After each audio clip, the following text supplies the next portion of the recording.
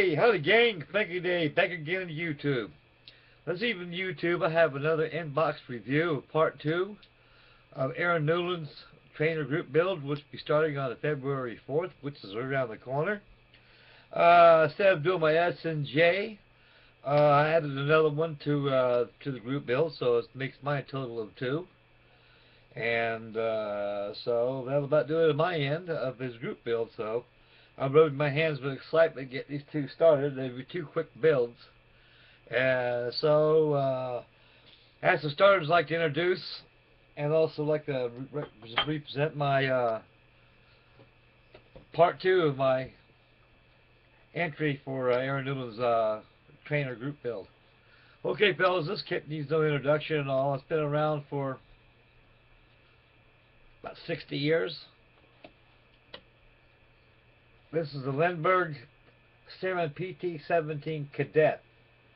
This is probably one of the 3rd models that was produced by Paul Lindberg back in the very, very early 1930s, when Lindberg was first established as one of the world's first plastic ejection model makers at the time.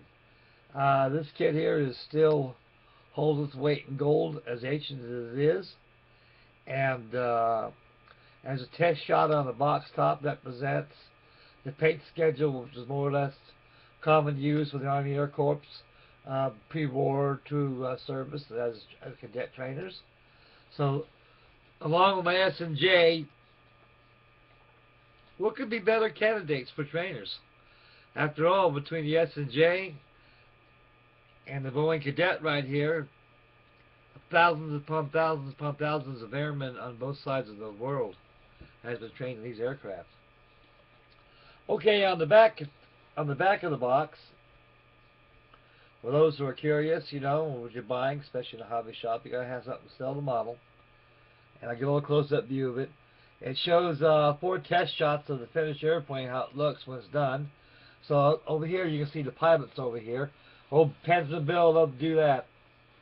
Well, look at these 2 pilots right there sitting in tandem right there. Reminds me of old Bill's work. He does a good job with those pilots. He's an ace on that, buddy. No one can do better than old Bill. And the rest of the aircraft, as you can see, is portrayed on the back of the reverse part of the box. And nothing but a generic kit compared to what's out there now. Okay, that concludes the box review, the introduction. Now we come to the instructions.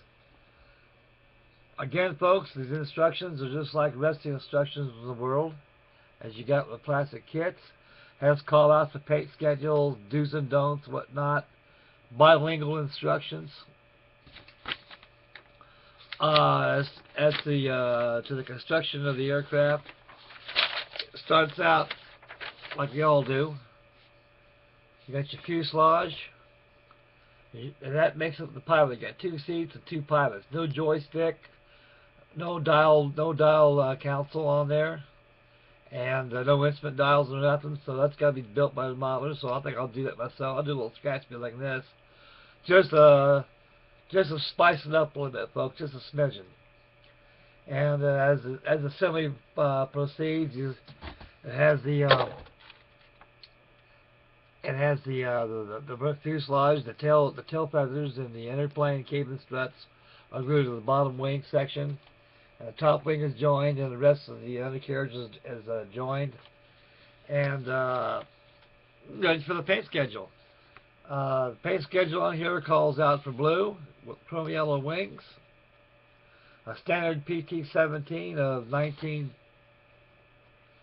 1930s up to early 1940.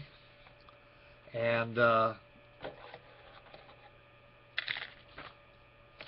a paint schedule of this airplane can be done in numerous colors. All aluminum, some are all yellow, some had gray fuselages, doped over with gray fuselage, chrome yellow wings. So I don't know. I'm kind of debating if I'm going to paint it in this paint schedule right here, using the identification blue and plus chrome yellow for the wings. Okay, folks, now we'll get to the parts contents of the box and the decals. Before we get to the parts, I'll show you the decals. The decals, this kit, they look like they're pretty decent decals. They're pretty much up to date to today's standards. Give you a scale from 1 to 10, I could be about a 6 on these decals. Not too shabby. A little bit on the thick side, but with some Walther's decal solution, I could put it down as thin as a pimples on that's rear end. So that includes that on the decal sheet there. And first, before we get to the rest of the parts, there's a sprue right there. It has 2 windscreens on there. They look like they're pretty detailed. It's got the framework already engraved on there, which makes life a little easier. And I was thinking very seriously about discarding these windscreens and make my own acetate, clear acetate. And I can mask them off and go ahead and paint them the fuselage color. Lastly, to the review, box review, the bagging of the parts. You can see the fuselage sections here, bottom wing, top wing.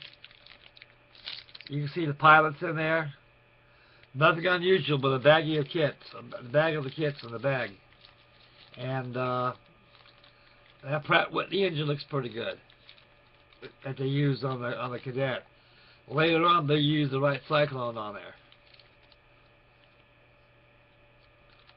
A little bit of brass rod here and there. I can represent the your governor rings on his cylinder heads. So I really haven't debated what color we're going to paint this airplane. So it's not very many parts, folks, this kit. As you can see, it's going to be a fast build. And I must have a word of caution, guys. When you open up this kit, they give you music wire right here. This music wire is used for the rigging. Gauging the string, it looks like about a 17 thousandth, a 0.17 thousandths. And these are used for your rigging. So when you're rigging biplanes, it's very optional.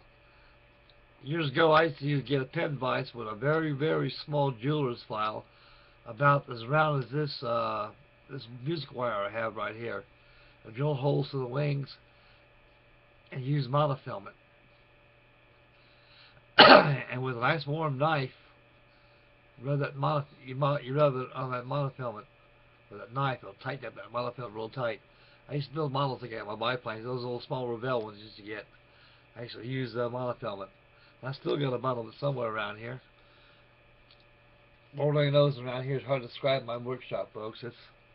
I got airplanes above my ceiling, behind me, all over the place, so I wouldn't have any other way. Okay, so that kind of concludes my end box part 2 of Aaron Newlands Trainer Group build, which will be starting on the 4th of February, which is coming up. So the first probably follow tomorrow, Saturday. So good Lord's willing and creeks don't rise, we'll start these things on Tuesday. And I know Aaron's all excited. He's ready to go. And so am I. And that'll be that. And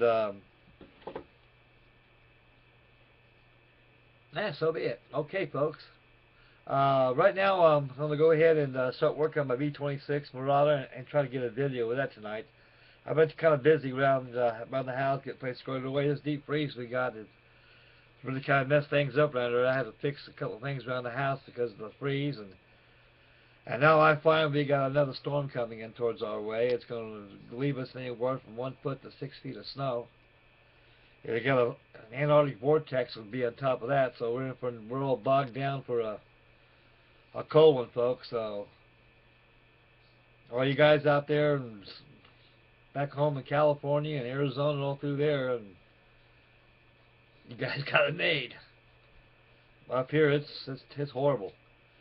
So thank heavens I got a generator right now. In case we have an outage, I can always use my generator to keep power in the house, and I can still keep modeling. So I'll be happy. So I just got back from the commissary. I got my naval pension check today. Went down to the commissary, got me a herd of groceries to stock up for the this winter blast going to come in. I hope to God this will last, folks.